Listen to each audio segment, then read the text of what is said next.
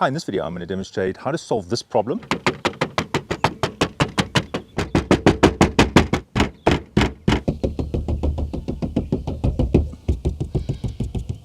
When you open the trunk or close the trunk, or even if you go on a bumpy road, you can hear the number plate rattling. Now on some number plates there are rivets that hold the number plate in place. If your vehicle has rivets, you will need to remove the rivets. The best way is to use a drill bit and just drill out the head of the rivet. Just using a larger drill bit. And the rivet is removed. And if you're wondering if the rattle is there because there's no rivets, unfortunately that's not the case. Many cars, even with the rivets, still have the rattle. For example, this car over here. In this case, there are no rivets, so I'm just going to slide the number plate out. I'm just going to take my screwdriver, wedge it in the side there, lift it a little bit, and then I'm going to take a pair of pliers and I'm just going to slide the number plate out. And here is the culprit. The number plate holder is what is rattling. Right, so I'm going to remove the number plate holder. There are just 2 star screws. So what is happening is this number plate holder is rattling onto the body, the chassis here. So therefore I'm going to clean this and put some dampeners on there. I'm just using a rubbing alcohol. This is a 90% alcohol solution. And I'm just wiping away the area with a damp cloth. Now at the back of the number plate holder, I'm just going to wipe it down also with the rubbing alcohol. If you haven't got rubbing alcohol, you can just use soap and water.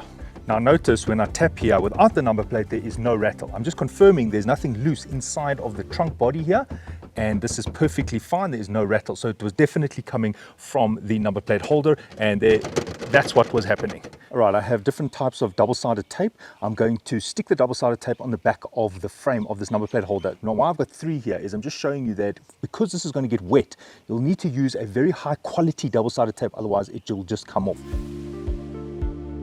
In this case, these holes are not being used, so I'm not covering a screw hole. And I make sure I go right to the edge. And I'll just cut it here on the edge. All right, so I have put 3 strips here. If you take off the covering here, you're basically sticking it onto your car. These double-sided tapes can be of such high quality that it's so difficult to get it off. So just be mindful here.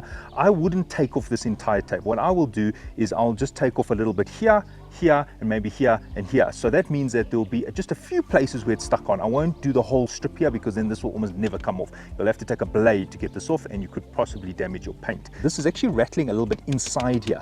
That's between the metal and the plastic. So I'm now going to insert some double-sided tape in here, and that one will be open on both sides of the tape. So I'm going to get a strip like that, and I'm going to use a high quality tape, and I'm going to open it like that, and I'm going to feed it here inside here.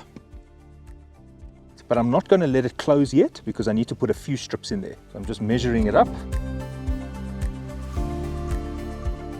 I've wiped my fingers with the rubbing alcohol, so it doesn't matter that I touch this because my fingers have no more oil on them because I've wiped them with the rubbing alcohol. All right, so I have 4 strips that I'm going to insert in here. And I'm just going to insert this last strip of double-sided tape. Right. Now the reason why I'm doing it like this is because this is fused here through the plastic, so I can't remove the steel here. In your case, if you could remove the steel, then you could stick the steel directly onto this plastic, and that would be even better. Right, I forgot to mention you should wipe down inside here if you can, just to remove any dust. You could just take a blower and remove any dust here. And now I'm going to seat this. Right, there is no rattle there anymore. You can see the strips through the holes here. I'm just going to open a little bit of the plastic to allow just a few places where it can actually stick onto the car.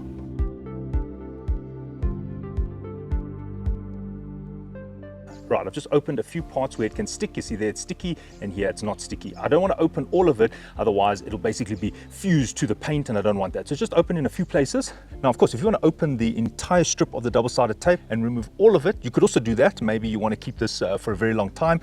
Now, another little trick is you can even go with a second layer. What I mean by that is you can actually put 2 layers of double-sided tape, giving it a bit of a height, and that really helps dampen any vibration. But in this case, this number plate is still in good order, so I don't have to lift it. It's not deformed at all. In your case, you might find, if you look along the line, you might find it's a bit deformed. You might need to build it up with additional layers of double-sided tape. So you might need to put 2 or 3 layers. Right, I just want to make sure that the orientation is correct. This is the top because I can see the writing here. I'm going to use the badge of the vehicle. There is the Mazda badge in this case, and then I'm going to put the line where the center of the badge is must align with this line. So I don't really care how it was before because I'm refitting it and it has to be perfectly straight. So I'm just using a spirit level to determine exactly where the center is.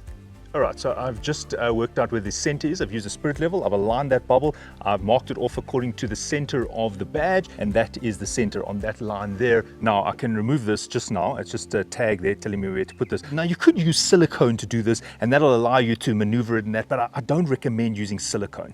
But you can use it, especially if your number plate's really deformed. All right, so I'm going to put this on here. All right, that is the center. So I can just put the screws in.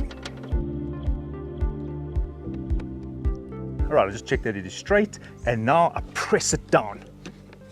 Remember, I've glued it on that corner, here, a little bit in the middle. Right, a quick check before I insert the number plate. Now, in this case, I'm sliding the number plate in. The number plate was very snug in here. It wasn't causing any noise. It's very tight in here.